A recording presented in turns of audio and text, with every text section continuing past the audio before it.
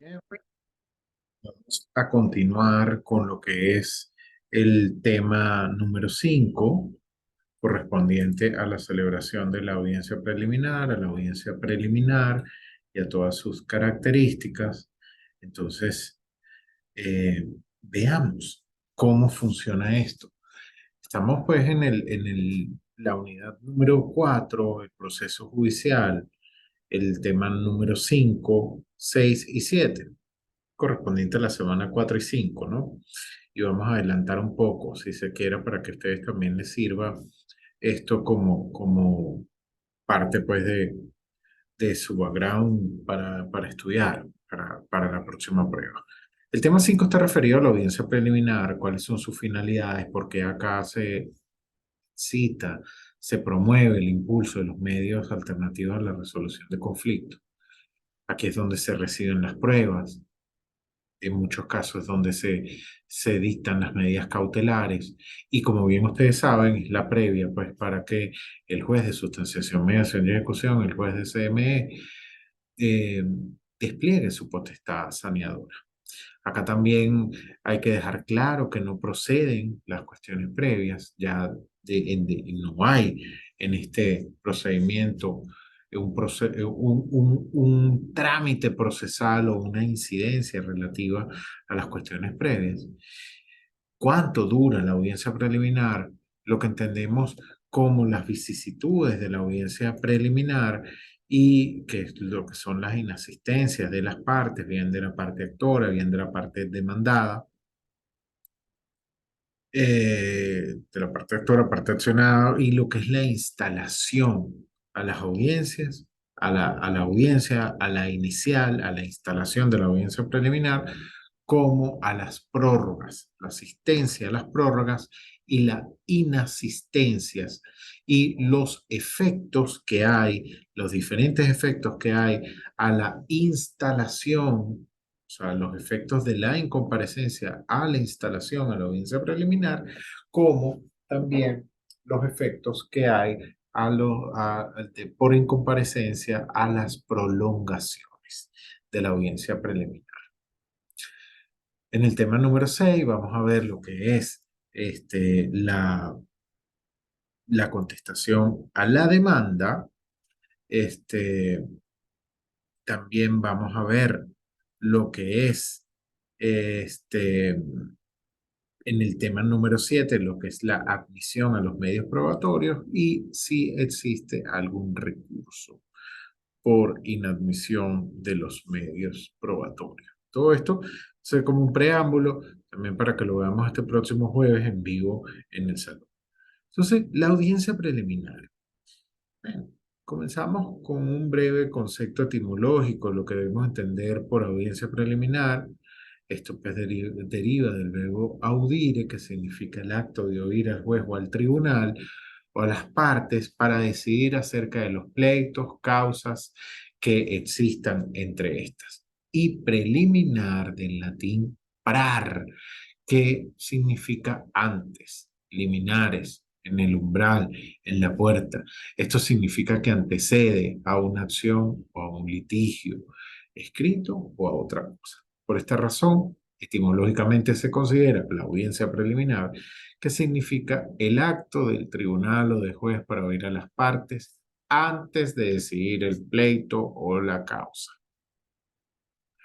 En el procedimiento procesal venezolano, la Ley Orgánica Procesal del Trabajo, en su exposición de motivos, indica que la audiencia preliminar es uno de los momentos fundamentales del procedimiento laboral venezolano. La audiencia preliminar se realiza en la etapa de mediación, se desarrolla en forma oral y privada y con la asistencia obligatoria de las partes o sus apoderados. Esta debe ser presidida personalmente por el juez de sustanciación, mediación y ejecución. En la audiencia preliminar descansa realmente el éxito de este procedimiento laboral venezolano. Pues acá, durante esta etapa, principalmente se estimulan los medios alternativos a la resolución de conflictos a los fines de evitar el juicio y que darle fin al proceso.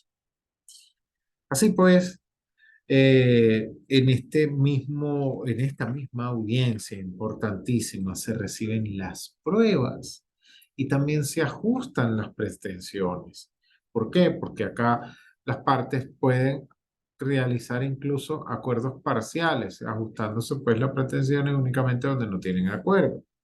Se depura el proceso a través de ese despacho saneador de apertura, como ya bien indicamos, como también puede existir un despacho saneador de clausura, que también se conoce en el foro como el despacho saneador de cierre o el segundo despacho saneador.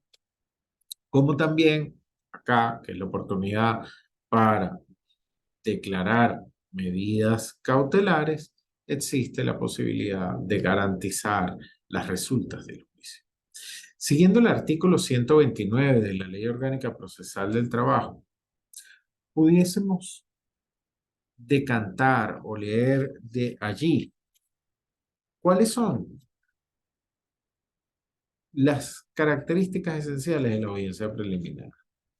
A tal efecto, siendo que es presidida personalmente por el juez de sustanciación, mediación y ejecución, y se celebra ante este de manera oral, bueno, podemos sacar que es oral, es privada, presidida personalmente por el juez SME, es de obligatoria asistencia, tanto para las partes como para sus apoderados. No es obligatorio transar, lo que es obligatorio es asistir. Y no se admiten la oposición de cuestiones previas. Asimismo, dispone el parágrafo único de el artículo 129 que cuando el juez de sustanciación, mediación y ejecución esté en presencia de un litisconsorcio activo o pasivo, nombrará una representación no mayor de 3 personas por cada parte, a los fines de mediar y conciliar las posiciones de las mismas. Vamos a hacer una precisión aquí a este sentido. Y fíjense ustedes que se habla de litisconsortes activos o pasivos y es necesario que eh, entendamos lo que dispone el artículo 49 de nuestra propia ley. Cuando dispone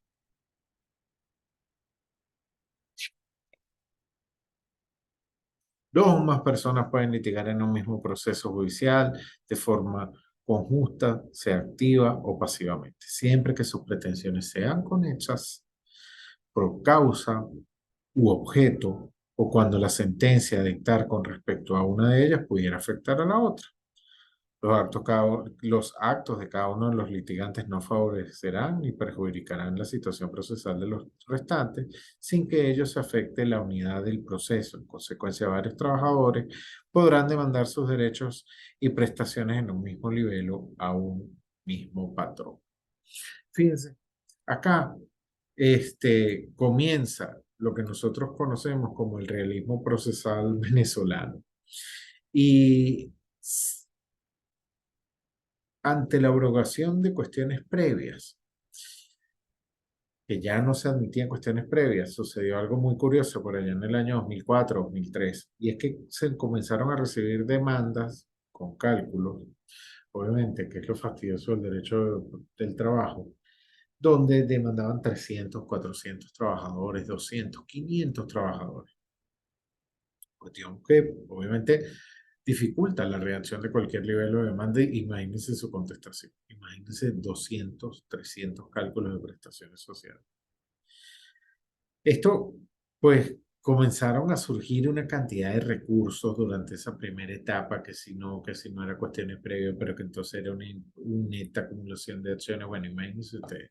Todo esto viene con aquellas demandas del Instituto Nacional Finado, Instituto Nacional de Hipódromo, donde todos estos caballericeros demandaron.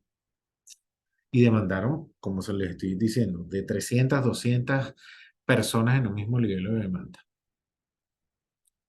Estos recursos terminaron subiendo a la sala de casación social y comenzaron los primeros precedentes. los primeros precedentes, los primeros fallos que comenzaron, pues, precedentes de derecho, porque las sentencias de la Sala de Casación Social en aquel entonces eran vinculantes y sobre todo cuando interpretaban el derecho procesal del trabajo, pues comienzan a dictarse los primeros fallos en los cuales se empezó a ajustar las disposiciones previstas en la Ley Orgánica Procesal del Trabajo, ajustar el alcance y interpretación de esta ley. ¿Qué quiero decir con esto? Que bajo jurisprudencia se reglamentó de cierta manera la ley, su alcance y disposición. Pues bien, estos precedentes judiciales emanados de jurisprudenciales y precedentes de derecho de la Sala de Casación Social, bueno, al mejor estilo del realismo jurídico, pues comenzaron a regular situaciones que no estaban previstas en la ley y que no estaban previstas anteriormente. Como por ejemplo, se fijó que el número máximo para reclamar en el litis consorcio activo es hasta 20 trabajadores. ¿Qué quiero decir con esto? Porque fíjense ustedes lo interesante, que si usted presenta una demanda con 21 trabajadores, el juez de sustanciación, mediación y ejecución no le va a dictar un despacho saneador diciendo, mire, saque a uno de los trabajadores porque hasta 20 trabajadores que procede la demanda. O mejor dicho, es que procede la admisión y trámite de la demanda. Se le declarará inadmisible. Entonces, acá vean ustedes, acá les dejo dos sentencias, tienen ahí hasta el link, acá están, fíjense que están en azulito, que esta sentencia dice hasta 20 trabajadores. Tenemos la sentencia del 263 del 25 de marzo del año 2004, que es nuevamente ratificada el 6 de junio del año 2004. Así pues, por ejemplo, por fuerza vinculante, se reguló hasta 20 trabajadores el litisconsorcio activo. Si se presenta una demanda con 21 trabajadores, es inadmisible. No puede ser objeto de despacho saneado. Fíjense esto, qué curioso, y quiero que lo tengan muy en cuenta. Sí, pues, digamos, ahora, luego de esta digresión, porque quería que hoy esto es algo muy importante, que sepamos que hay sentencias vinculantes que vienen a regular la ley, que la vienen a adecuar, que vienen a fijar su alcance. ¿Cuáles son las características de la audiencia preliminar? Bueno, es personal, es un acto procesal, es de obligatorio comparecencia, es privada y acá tenemos una excepción al principio de publicidad previsto en la Ley Orgánica Procesal del Trabajo en esta audiencia preliminar. Es limitada, pues tiene una duración máxima de 4 meses desde su instalación y es presidida personalmente por el juez de sustanciación, mediación y ejecución. Es continua en función a sus prórrogas y sesiones. Es oral, en ella se estimulan los medios alternativos a la resolución de conflictos, en ella se incorporan, se aprenden las pruebas, se reciben las pruebas, y esto es en la primera oportunidad.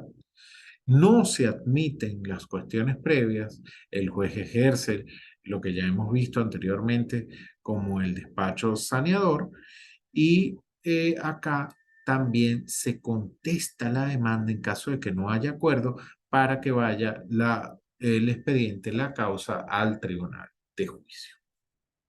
¿Cuáles son las finalidades de la audiencia preliminar? Pues bien, jóvenes, siguiendo al doctor César Augusto Carballo Mena, es posible adjudicarle 5 finalidades o objetivos a la audiencia preliminar.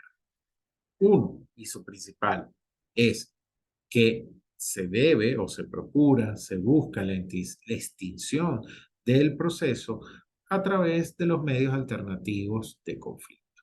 Aquellos que vimos, o aquellos como composición de conflictos, mediación, conciliación, buscar este arbitraje. También, pues tenemos que se depure el proceso a través del despacho saneador de clausura o segundo despacho saneador. Véase a tal efecto el artículo 134 de la Ley Orgánica Procesal del Trabajo. Aquí también se ajustan las pretensiones. Puede existir acuerdos parciales. Ya habíamos hablado en una clase pasada que, digamos que las partes están de acuerdo con las prestaciones sociales, con el salario y esto, pero no están de acuerdo con el daño moral. Entonces, pasaría a la fase de juicio únicamente en atención a lo que responde al daño moral o al infortunio de, un infortunio en el curso de la relación de trabajo y las indemnizaciones derivadas por infortunio laboral.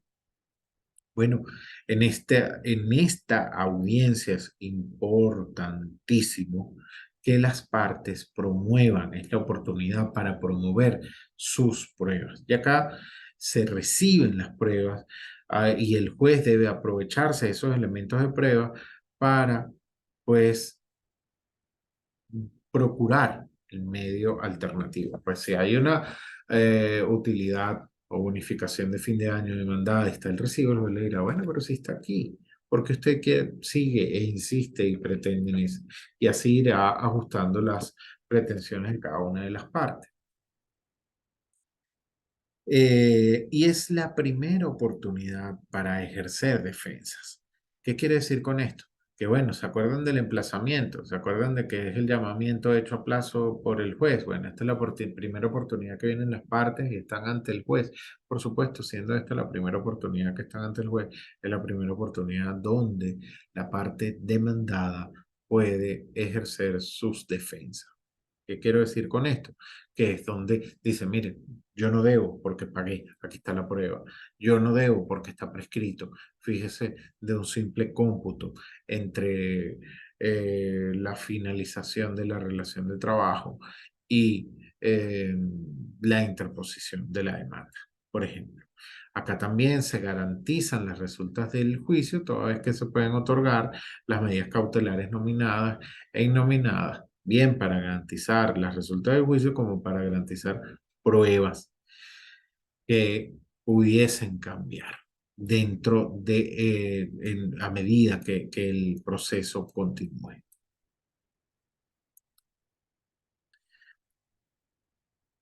Fíjense algo, y esto es fundamental, porque decimos que es la primera oportunidad para presentar escrito de promoción de pruebas, o es la primera oportunidad para presentar pruebas.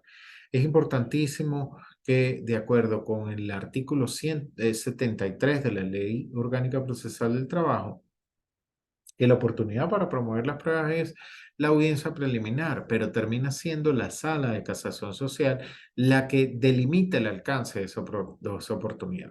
Recordemos que la audiencia preliminar puede ser iniciada, o sea, es una sola morfológicamente, pero tiene varias sesiones. Hoy nos instalamos y tal, dentro de una semana nos volvemos a ver la próxima audiencia preliminar. Ah, bueno, ok, perfecto, chévere. Entonces quiere decir que usted en cada una de las sesiones podría ir depositando una pruebita, otra pruebita, otra pruebita, otra pruebita. No, ya la Sala de Casación Social en la sentencia 1451 del 28 de septiembre del año 2006 dijo, existe un lapso preclusivo para la promoción de las pruebas, siendo que por disposición legal dicha presentación no podría realizarse en una oportunidad distinta al inicio de la audiencia preliminar. ¿Dónde se ajustó el alcance? Al inicio de la audiencia preliminar, no en otra sesión. ¿Por qué? Bueno, porque usted no va a poder ir depositando pruebas o sacando a cortapisas las pruebas a medida de que van saliendo los argumentos y reclamos de las partes. Se supone que tiene que ser desde una vez para que el juez de sustanciación, mediación y ejecución se aproveche de todas las pruebas desde que inicia, se instala la audiencia preliminar. La audiencia preliminar también es la primera oportunidad para ejercer las defensas. Asimismo, conforme el criterio sentado por la Sala de Casación Social en sentencia 319 del 25 de abril de 2015, caso Martínez Jiménez contra Aeropostal Alas de Venezuela, y que, de acuerdo con los principios que ya vimos, y el artículo 16, literal F, la jurisprudencia es fuente de derecho, pues, y aplicando el principio pro defensa, La sala, palabras más, palabras menos, dice que la audiencia preliminar es la primera oportunidad donde el demandado puede oponer las defensas tendientes a enervar lo pretendido por el demandado. Es en esta oportunidad en la audiencia preliminar. Por ejemplo, para el pago.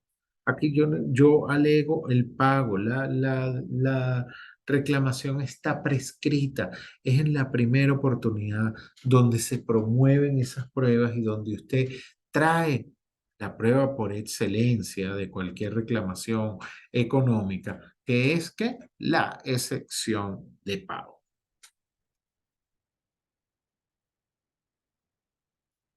Ahora bien, formul, mor, for- mor- perdón, me enredé. Morfológicamente, la audiencia preliminar es una y tiene varias sesiones. Y esto es importantísimo de cantarlo. Primera sesión, hoy, día jueves, tal, de abril del año 2024. Nos volvemos a ver el próximo jueves, pero la audiencia sigue siendo una. Ahora bien, eso no estaba completamente claro al título expreso de la Ley Orgánica Procesal del Trabajo. Así pues, la incomparecencia tiene drásticas consecuencias jurídicas y son receptadas en el artículo 130. Si el artículo 130 de la ley dispone que si no asiste el demandante a la audiencia preliminar, el juez debe declarar el proceso terminado mediante sentencia al declarar pues que éste desiste del procedimiento. Todo esto lo debe publicar en un acta, la cual deberá agregarse al expediente. Contra esta decisión, por supuesto, la parte actora que no compareció a la audiencia preliminar puede entonces, en consecuencia, apelar en dos efectos: efectos devolutivos y suspensivos dentro de los 5 días hábiles siguientes a dicha resolución. Este desistimiento sí trae como consecuencia que el procedimiento no se pueda instaurar, es decir, que la demanda no se puede instaurar a volver a proponer antes que transcurran 90 días continuos a dicha resolución. Aquí tenemos el trámite por parte del juzgado superior, eso lo vamos a ver en su oportunidad y también pensamos que esto pudiese tener eventualmente casación, si y si no da para ejercer la casación, esta sentencia definitiva del juzgado superior pudiese ser objeto de recurso, control de legalidad, lo cual veremos en su oportunidad correspondiente. Ahora bien, eso es respecto a los efectos de la parte actora, ¿cierto? Ahora, cuando no comparece la parte demandada a la audiencia preliminar. Bueno, pues bien, el artículo 131 dispone: si el demandado no compareciere a la audiencia preliminar, se presumirá la admisión de los hechos alegados por el demandante y el tribunal sentenciará en forma oral conforme a dicha confesión, en cuanto no sea contraria a derecho la petición del demandante, reduciendo la sentencia en un acta que elaborará el mismo día, contra el cual el demandado podrá apelar a dos efectos dentro de un lapso de 5 días hábiles a partir de la publicación del fallo. Esta norma fue flexibilizada, esta norma fue ajustada por sentencias de la Sala de Casación Social y de la de la Sala Constitucional. ¿Y esto por qué? Bueno, porque fue ajustada a la Constitución, al principio pues, de la tutela judicial efectiva y el derecho a la defensa. Porque ¿qué pasa en las diferentes sesiones que puede ocurrir la incomparecencia de la parte demandada? Veamos. Tenemos acá un sistema de precedentes en la cual la primera y clásica sentencia es la 115 del 17 de febrero del año 2004, caso Arnaldo Salazar Otamendi contra Publicidad de Paco. Luego sale publicada Pocos meses después, la sentencia 1300 del 15 de octubre del año 2004, que es el caso Ricardo Pinto Gil contra Coca-Cola.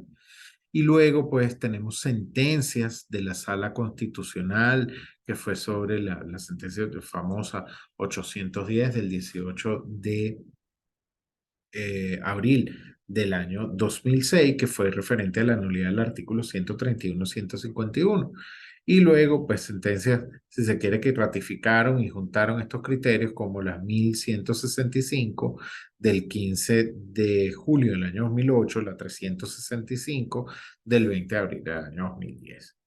Les explico un poco acerca de esto.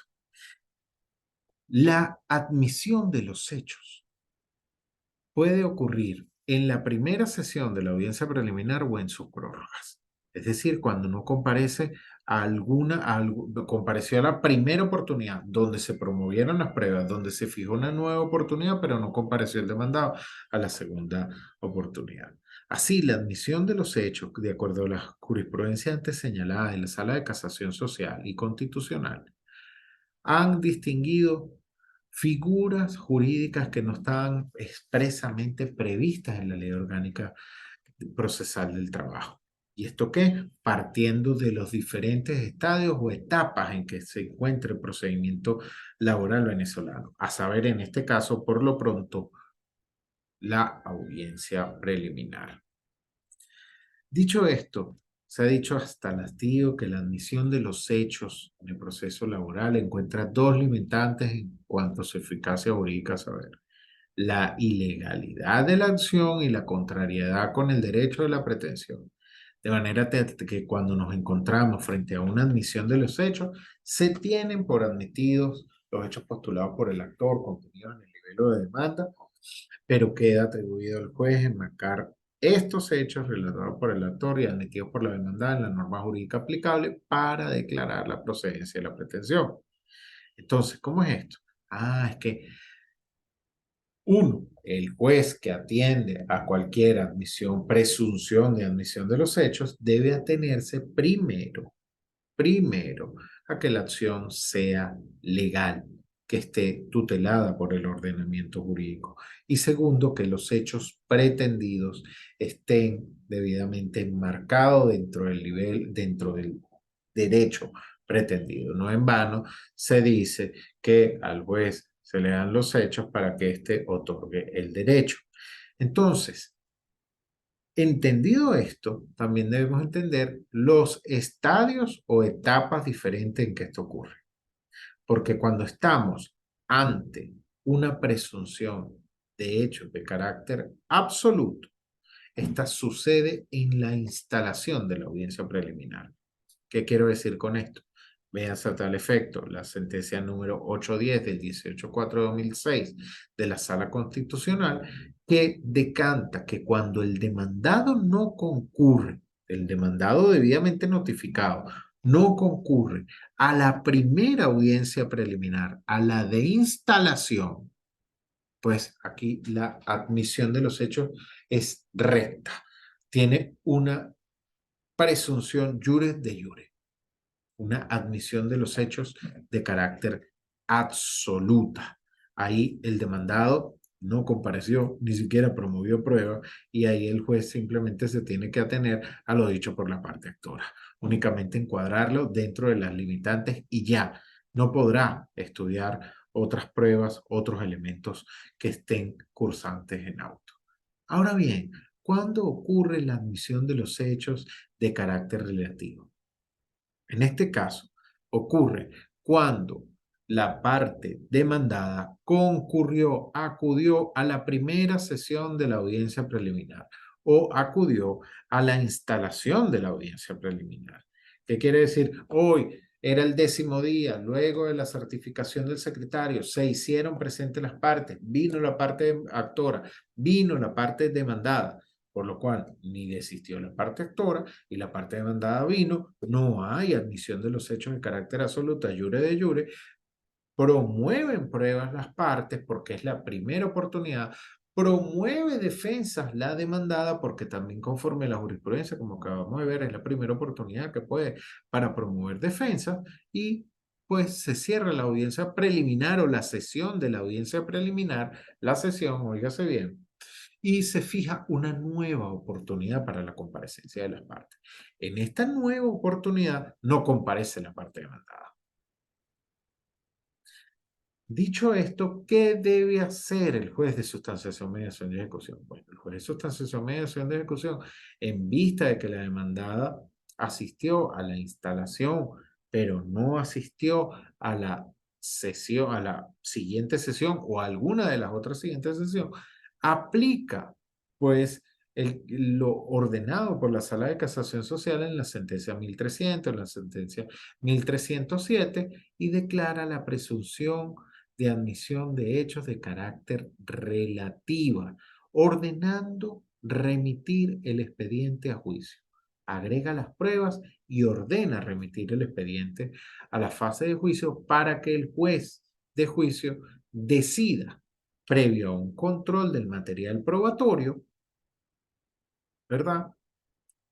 Si existen pruebas en auto capaces de enervar las pretensiones de la parte actora. Solamente quedaría la carga de la parte actora de demostrar la prestación de servicio, quedando la carga toda completa, la carga de la prueba en demostrar que o enervar las pretensiones de la parte actora y únicamente con las pruebas que haya promovido, procurar enervar las pretensiones de la parte de la parte actora. La parte demandada deberá, con su caudal probatorio, pues enervar las pretensiones de la parte actora.